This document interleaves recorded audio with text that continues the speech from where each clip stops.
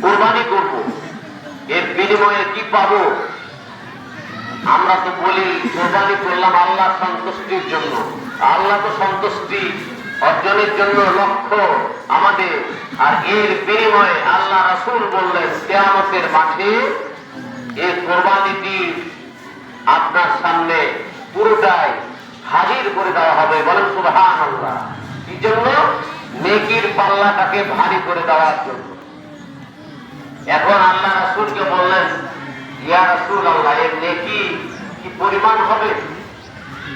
আল্লাহ রাসূল বললেন, এর প্রত্যেকটা লোমের, এক একটা লোমের বিনিময়ে আল্লাহ তোমাদেরকে নেকি দিয়ে পরিপূর্ণতা দান করে দেবেন। বলেন সুবহানাল্লাহ। একটা খাসি, একটা গরু, এই লোক আজকে কম্পিউটার কিন্তু কম্পিউটারে ফোনে গণনা করে আজ পর্যন্ত এর তথ্য দিতে পেরেছে? পারে নাই। কিন্তু এই তথ্য মুহাম্মদুর রাসূলুল্লাহ সাল্লাল্লাহু আলাইহি সাল্লাম তিনি দিয়ে গেছেন, দলিল দিয়ে বলে গেছেন, প্রত্যেকটা লোমের পরিবর্তে একটা করে নেকি আল্লাহ প্রত্যেকের আমলনামায় দান করবেন। বলেন সুবহানাল্লাহ।